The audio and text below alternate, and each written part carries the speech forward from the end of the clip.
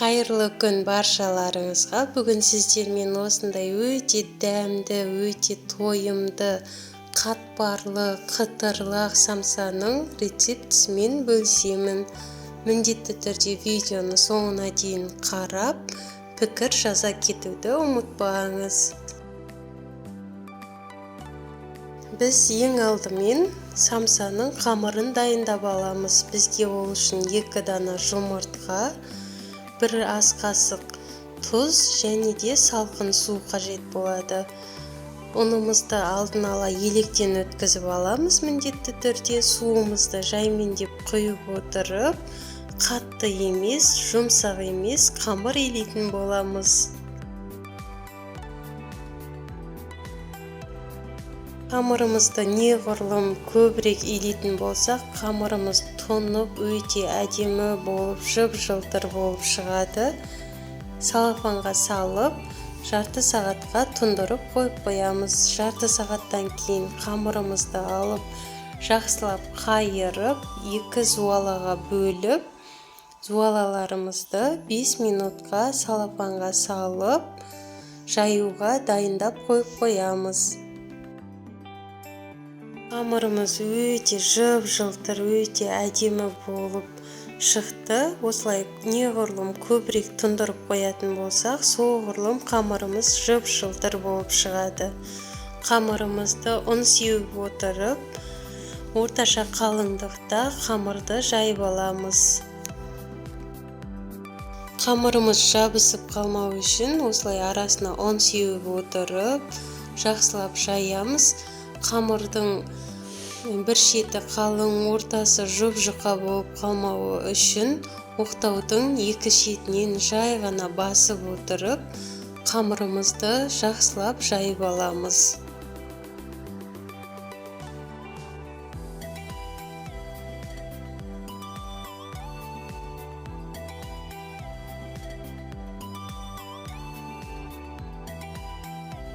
Қамырымызды осылай орташа жұқалықта жайып алдым.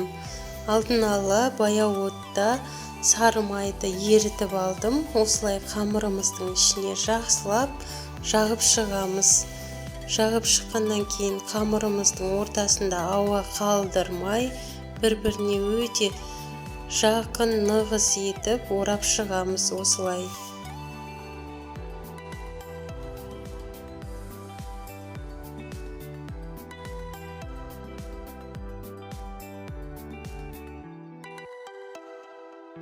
Екінші қамырымызды да дәл осылай орташа жұқалықта жайып алып, ортасына сары майымызды жағып шығамыз. Және де жаңағы бірінші жайып дайындап алған қамырымызды осы екінші қамырымыздың ішіне салып, екеуін жақсылап біріктіріп, тоңазытқышқа кемінде 4 сағатқа жібереміз. Қамырымызды міндетті түрде салафанға орап салу керек. Сол кезде қамырымыз қаязып қалмайтын болады тоңазытқышта. Салмасын дайындап аламыз. Бізге ол үшін пияз, асқабақ және де қолдан туралған май мен етті дәміне қарап тұзбен бұрыш саламыз. Жақсылап араластырып, жарты сағатқа қойып қоямыз. Қамырымыз кемінде 4 сағаттай тұрды. Менде тоңазытқышта осылай қамырымызды көздің мөлшерімен бөліп алып, самсаларымызды дайындауға кірісеміз.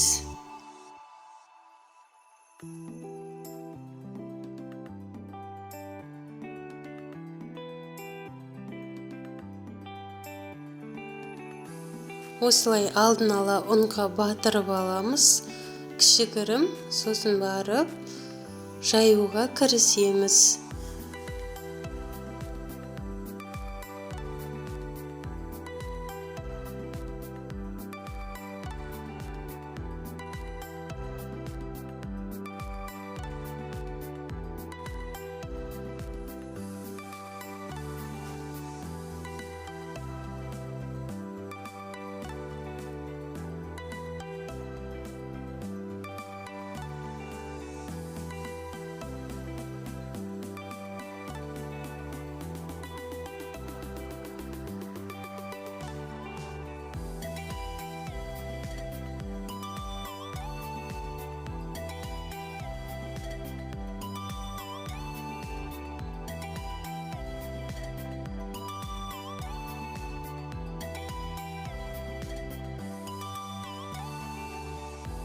осылай орташа қалыңдықта жайып алдым.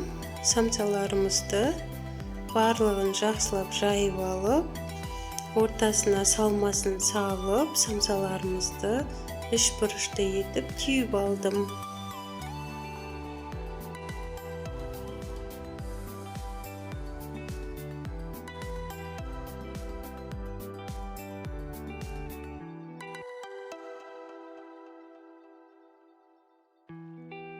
Самсаларымызды осылай өте әдемі етіп түйіп алдым.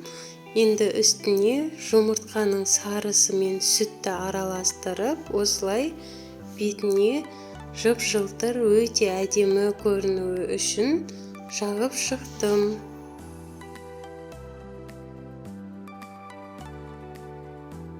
Бетіне осылай қара күнжіт пен ақ күнжітті араластырып сеуіп шықтым. Алдын ала қызып тұрған пеште 190 градуста жарты сағат пісіріп алдым. Самсаларымыз осылай өте әдемі, өте қатпарлы болып пісті.